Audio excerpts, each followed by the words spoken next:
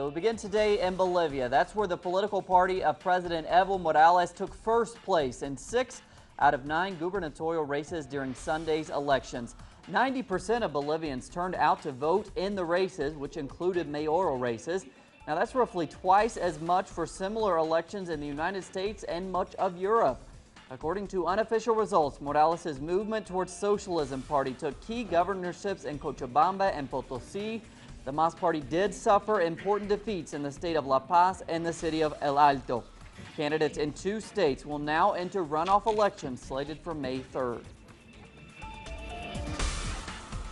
And taking a look now at the specific numbers of the elections, the MAS party won outright the state of Pando with over 65% of the vote.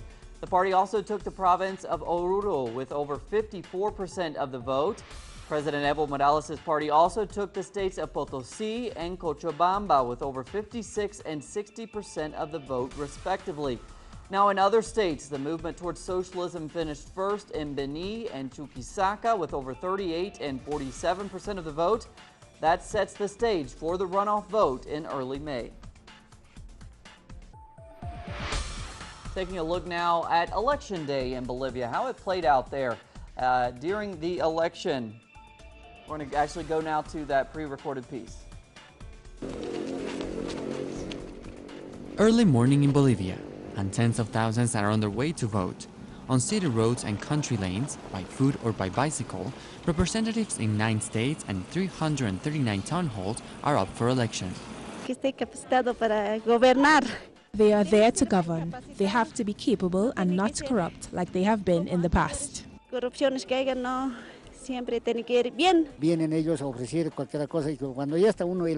They promise anything, and then when they get elected, they just forget about everything. So here in District 7, our community is going to keep a close eye on them. Polling stations were packed. From the biggest cities to the smallest villages, people want their vote to count. And they expect their new authorities to deliver. They need to get to work. The roads are in a terrible state. We elect them to get things done. They need to work for the people, improve the infrastructure. That's what we need. And that's what this process of change is beginning to achieve.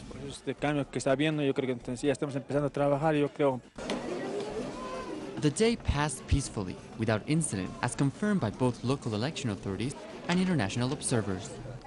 As a member of the Electoral Court, we can confirm that the day has gone well. On behalf of this observer mission, we want to say to the Bolivian people that all our information confirms that the elections have been entirely orderly and peaceful.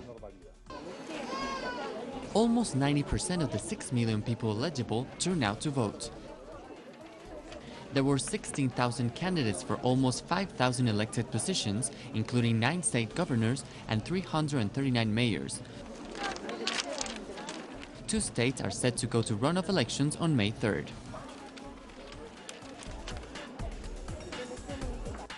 And now, according to analysts, much of the movement towards socialism and Evo Morales' success in Bolivia comes as a result of social and economic development in recent years.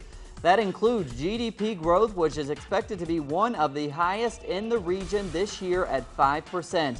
According to officials, this boost in GDP will permit a 33% rise in social investment, reaching some $6 billion. Since Evo Morales first became president in 2006, Bolivia's foreign reserves have increased to $15 billion. That's roughly 50% of GDP and the highest in the region. At the same time, extreme poverty in the nation has fallen from 38% in 2005 to just 18% in 2014.